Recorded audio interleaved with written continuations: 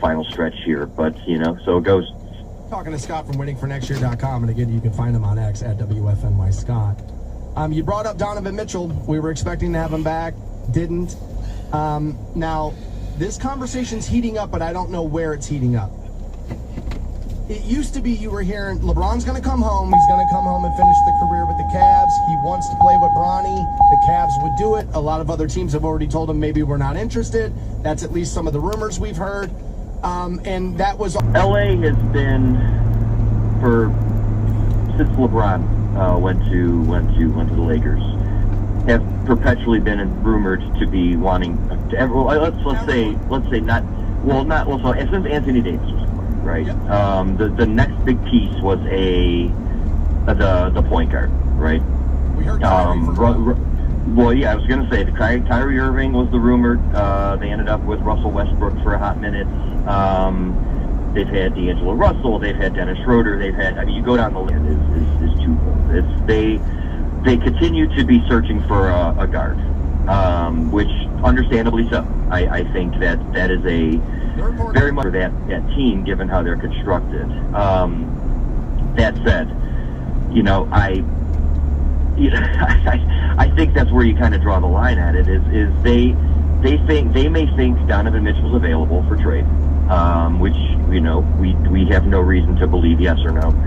And it's just the next wave of it was the Knicks, and then they made some trades, and now their ability to make a move for him is probably a little bit depleted. And the Lakers didn't do anything at the trade deadline like the Knicks did, and they still have their assets heading into the summer. So, I do think the Bronny thing is going to be interesting. Not that I think he is going to be a world-beating NBA talent. I do think, and you know how the NBA works, Dan. Charlotte is not drafting Bronny James in any capacity, right? Like any team that considers rolling the dice on him will have done so with the idea, that it would eventually lead to correct. And so there's a very short list of teams, willing to do that and able to do that. So if LA is one of them, I think that tells you that probably not going to see LeBron James back in Cleveland before his final game, unless it's a one game sort of retires the cat kind of thing like they've done in sports prior. Into the franchise, maybe. I mean, right? Miles bought into the Cavs. I think if you sell a piece off to LeBron, I think maybe you could see something like that. I think. Yeah, like LeBron comes back. Yeah, he comes back if he's willing to play for league men and have like a bit of a curtain call, right? That's the avenue to Cleveland. The avid right. Top 20 talent Donovan Mitchell going to a major market. Fans aren't going to want to hear this, but it's probably a little bit smoother. I don't know if it happens. I do think a lot of the rumors are created based on the idea that we have to get LeBron a guard before he can call it a career and potentially win number 5. I think Donovan Mitchell just happens to be one of those guys, and that's just the latest rumor. Because like we said, it was Kyrie not all that long ago, and now it's moving on to other guys. I'm going to throw one more at Scott from waitingfornextyear.com about the Lakers. Trae Young to the Lakers, you like that? Would make sense. I don't know if it's a good fit. He's terrible defensively, but if they need a point guard to, which LeBron won't he won't like that. Occasionally, he will have to work harder defensively. D'Angelo, I think it's like one of the worst defensive efficiency teams in the history of the NBA. And he's the head of the snake there. Potential trade. Yeah, it makes sense to talk at your.com. New offensive coordinator. Who's calling plays? You or Ken? The team the way it is right. What's going to happen? They're not telling us. So I feel as if that means creating more drama in this conversation by not saying it one way or the other, right? Just come out and tell people what's going down. Or am I? I think it's just us looking for NFL. We don't necessarily. Today, I don't think it's gonna be a At the end of the day, I think if they think he's an addition to that staff, whether he's calling the plays in game or not, I don't think it'll matter. But even with the plan and a variable was removed and they didn't quite know how to pivot, right? Like Nick Chubb going down in Pittsburgh, for example. Great example. I think if Dorsey can help alleviate some of that, I think they'll be in a much better spot. So as I'll end the segment with Scott from waitingfornextyear.com this week, let's talk a little SummerSlam. It's rumored that Cleveland could be the arenas and have them at each other's events. I think this is going to just mean a ton of NFL guys are going to be at SummerSlam, and you're going to see a lot of guest, a lot of guest appearance stuff. Is that how you see it? Yeah, I mean, I know we all being individuals of your and my vintage, remember the Attitude Era, right, as being like the big wave in professional wrestling. To put it in perspective, the last time SummerSlam was here was 1996, which was right in the middle of that, and there were 17,000 people at Gund Arena. The last year's SummerSlam in Detroit had 52,000 people, right? So the professional wrestling and WWE in general has blown up, and it is going to be so. They get the tourism already, right? But to tag on to Hall of Fame weekend, to have really two events within about an hour of each other on 77, I think is fantastic. I do think hotels and such are going to be tough to come by, but that said, it will be a full weekend of fans of some ilk in the city if it happens, and I think it'll be a lot of fun. I think it's going to be a great weekend. I look forward to both. It's going to be amazing. The amount of social media influencing is going to be nauseating, but outside of that, it will be fantastic. Looking forward to it that August 3rd. Again, Cleveland, the rumored city for SummerSlam for the WWE, and we know the Hall of Fame weekend here in Canton that same very weekend. My man, Scott, I appreciate you coming on the program. We'll talk to you again next Monday at 8. Always fun, Dan. Have a good week. Thank you, buddy. You too. Find Scott at waitingfornextyear.com, also the X platform at WFNY Scott. And next on the program, I'm going to do what I have done plenty of times. I will defend this fair city of Canton, Ohio. Next. He's a man of many talents, but he doesn't have the talent for keeping quiet. The Stansberry Show on Rock 106.9. By the end of the hour, that if you missed that conversation, the podcast hosted a little later at WRQK.com. All right. I have said many, many times that if iHeartMedia should come down here right now, live on the air, open the door and say, here's a 15-year deal. Here's your increases every 3 years. We want you for 15 years. Cost of living increases are built in at every 3-year interval. Sign this deal right now, that I would sign it. I have zero interest in leaving Canton ever again, professionally. I want to take vacations, you know what I mean, and things like that. But professionally, zero desire to leave it. I've made that very clear to them. Doesn't mean it won't happen. I have made it very clear to them that that's what I want. I love it here. I have found a home here. I have found a second chance at my career here. I fell in love here. This is my home. And I've said for 10 years that I defend it as such. And sometimes I can find myself defending the city against people who are from here, born and raised here. I'm not. I'm from Aurora, kind of spent my first part of my career in Cleveland. Now here we are. Perfectly happy. I love it. And I have defended this place as such. Because again, I got a second chance at my life here. Fell in love here. Met some great friends here. Built a pretty good life. And overall, I enjoy living here. People have asked me plenty of times since, how do you like Canton? How do I like Northeast Ohio? It feels like Parma. Like it does. Canton feels like Parma. Now, once you start really breaking it down, Massillon kind of feels like Parma. But like, you take the point. It's Northeast Ohio. That's one of the reasons why I loved this job when it came open. Is that it was far enough away to get away from some of the things I needed to get away from, but close enough to where if I wanted to head home and still, stay in contact with friends or maybe a lover or two, for a word that I shouldn't use, that was easy to do. And I've defended this place tooth and nail. I'm strongly since living here. To make fun of your own little brother. But if somebody else makes fun of your little brother, now it's us versus you, right? Well, because of a story that broke yesterday is why I'm going off of This I'm pulling from WKYC.com. A victim now in serious condition after being shot near the Canton Hall of Fame Village.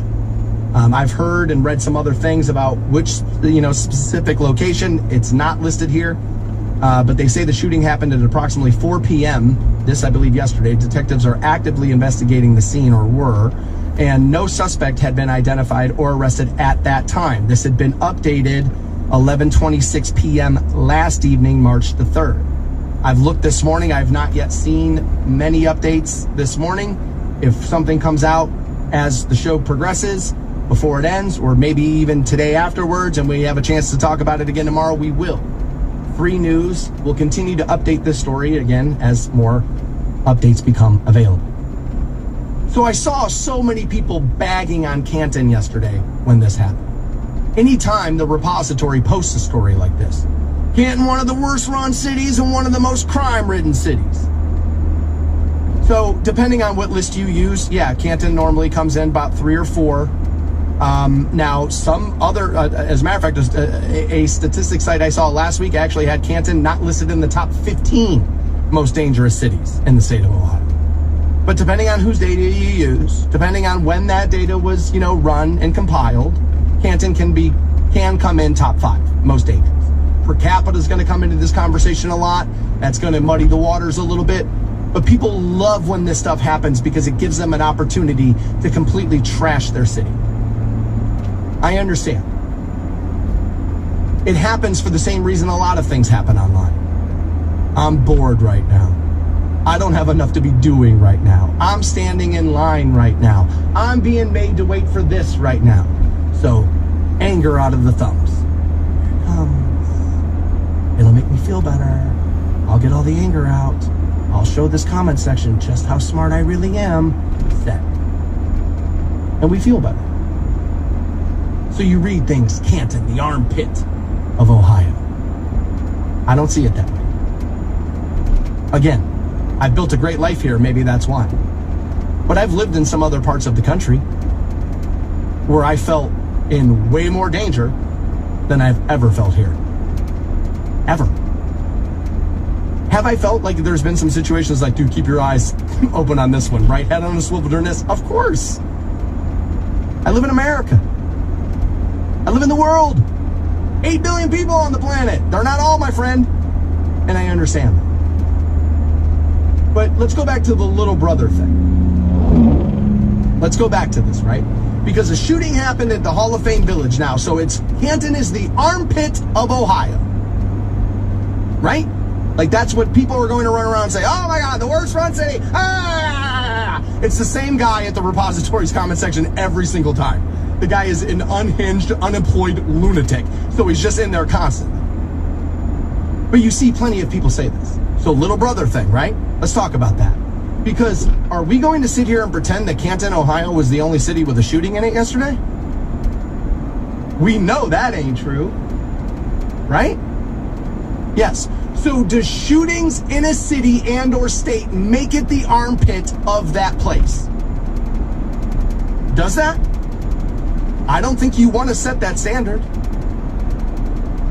Because when somebody who's not from America, when somebody moves here, or maybe has never even been here, just sounding off via social media, and they tell you because of the gun violence in this country, that America is the armpit of the world. Look how defensive you're about to get. Red, white, and blue. Colors don't run. Freedom, bitch. Take it. Right? Like everybody gets freaking pissed off when somebody suggests, hey, this violence means you're the armpit of the world. You hate that mentality. Happens in your town where you might have to drive down the street past it. Oh my God, armpit of Ohio. So gun violence either makes a place the armpit of something or it doesn't. Don't you find that interesting? Who's allowed to point out when something happens if somebody might have a problem? Were you born and raised in Market Avenue? Have any opinion you want. Are you in London tweeting about the gun violence in New York? Don't know? Don't know. That's why we left your ass. Can't get doodle bandit. Right? Like that's, I mean, dude, next thing you know, you get super defensive over that. If one thing makes it the armpit here, then isn't their argument that America is the armpit of the world because of the gun violence we have versus some other countries? And you guys know who I am. I'm a gun owner.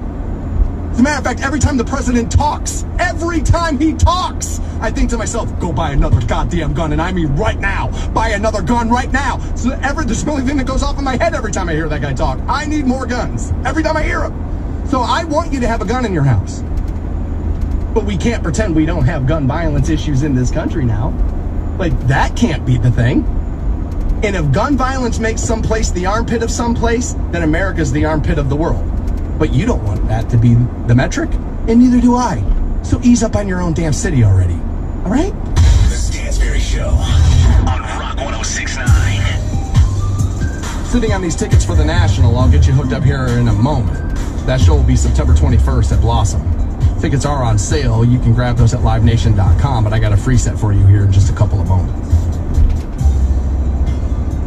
All right, so I saw this LeBron story, and this one kind of makes me laugh, dude. There's been plenty of rumors about LeBron. We talked to Scott from waitingfornextyear.com about a few of those this morning. There's some rumors starting to heat up that Donovan Mitchell could look to leave the Cavaliers and head to the Lakers to team up with LeBron. Now, a lot of people thought LeBron would come back and play for the Cavs. I don't see it. Doesn't mean it won't happen. I don't see it.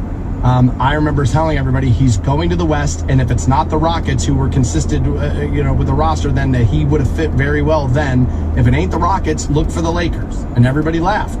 And there he went to the West. And the rest of the good players all hightailed it out of the West, and then a lot of them moved east to get away from LeBron James, right? That man moves the needle. And he moves the NBA ratings needle, too. When LeBron retires, get ready. I don't think the league has the guy they think they have to take over. They've tried to tell you 6 guys in the last 3 years at the face of the NBA, and nobody can dethrone LeBron. Like, it started to become obvious towards the end of Brady, like, this Patty Mahomes kid might be the thing, dude. Look like Patty may be the thing, man. And then, like, it was kind of like, we're ready to change possession, right? The NBA doesn't seem as ready to do that. Some of those stars that are coming up, they may be that guy at some point, but I don't think they're that right now. I think the league's going to suffer some issues after LeBron retires. We'll wait and see who's right about that. This, not all that much about basketball, though. This is about his marriage, or at least how it got started. So you've seen restaurant closure stories all over the place. Every city's got them. Now, some cities worse than others. Looking at you, San Francisco, right? Some cities are worse than others about it. But we've seen some chain restaurants closing multiple locations. I think it's a lot about the fact, do you need one of these in every city? Or are people willing to drive 15, 20 minutes to go to a chain restaurant? Probably, right? Depending on it. So the news came out that apparently Outback Steakhouse in Akron is going to close.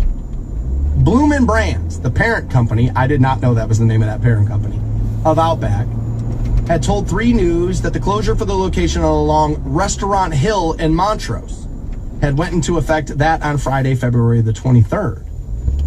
Following the announcement, LeBron's wife, Savannah, who he's handled his off-the-court stuff pretty well. You don't hear about the wife. You hear about the kids in the athletics, but you don't hear about the wife being crazy. You don't hear about the kids getting in a bunch of trouble. You don't hear about how he's running around on her a lot, although you used to hear about that a lot when he was still playing in Cleveland.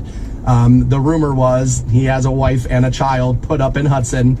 I've seen said woman and said child in a coffee shop in Hudson, and I understand why people assume it. I don't know if it was enough to be like, oh, when it comes to being a family man, when it comes to being a husband, he looks like he's got his game tight, dude. Like he does, right? So Savannah took to Instagram and said, no! And tagged her husband, LeBron James. Our first date memories, she says.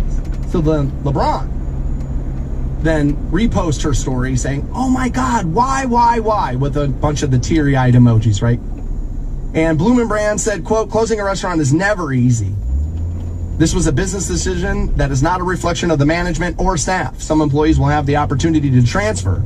Those who did not will receive a severance package. We appreciate the community's support over the past 30 years and hope to see you at our Macedonia or Cuyahoga Falls locations. being from Twinsburg, actually, Aurora Shores, in between Aurora and Twinsburg, I remember when that Macedonia Outback opened up. That was big doings.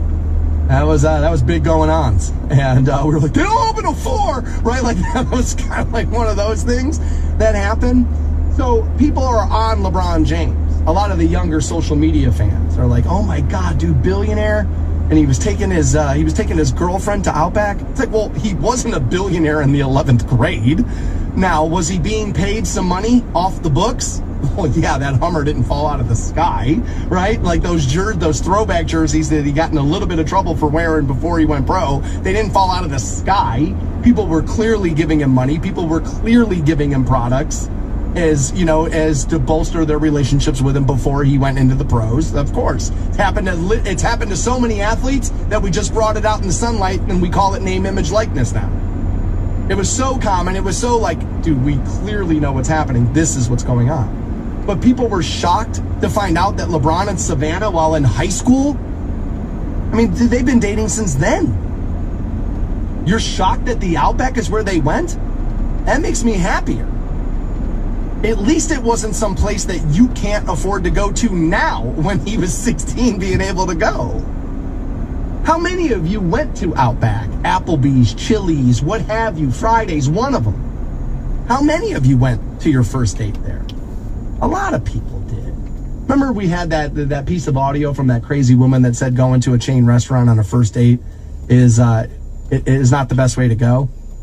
I think it all depends on where you are in your dating life. If you're a teenager, go to the chain restaurant.